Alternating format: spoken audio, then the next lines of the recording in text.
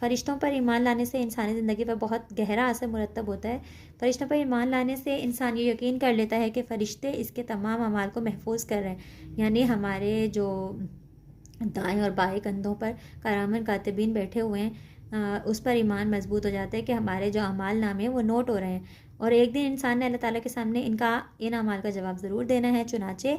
انسان نیک اعمال شروع کر دیتا ہے۔ ٹھیک ہے، یہ ایک پازیٹیو ہمارے اوپر کیا کہتے ہیں اس کا اثر پڑتا ہے۔ اسی طرح فرشتوں پر ایمان لانے سے انسان میں عزت نفس کا احساس پیدا ہوتا ہے، کیونکہ اللہ تعالیٰ نے فرشتوں سے حضرت آدم علیہ السلام کو سجدہ کروایا تھا، یعنی انسان یہ سوچتا ہے کہ جو ہمارے بابا تھے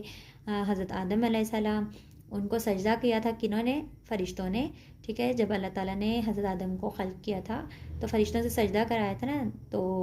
کیا کہتے ہیں اس طرح سے انسان کو اپنی عظمت کا خیال آتا ہے۔ ٹھیک ہے، قرآن میں کہ ہم لوگ اشرف المخلوقات ہیں، اشرف المخلوقات ویسے انسان کو اللہ تعالیٰ نے عقل کی بنا پر قرار دیا ہے۔ قرآن مجید کے مطابق فرشتے اللہ تعالیٰ کی نصرت اور مدد لے کر نازل ہوتے ہیں، لہٰذا فرشتوں پر ایمان لانے سے انسان مایوسی کا شکار نہیں ہوتا، کیونکہ اس کو یقین ہوتا ہے کہ مشکلات کے وقت فرشتے اللہ تعالیٰ کے حکم سے نصرت اور مدد لے کر نازل ہوں گے۔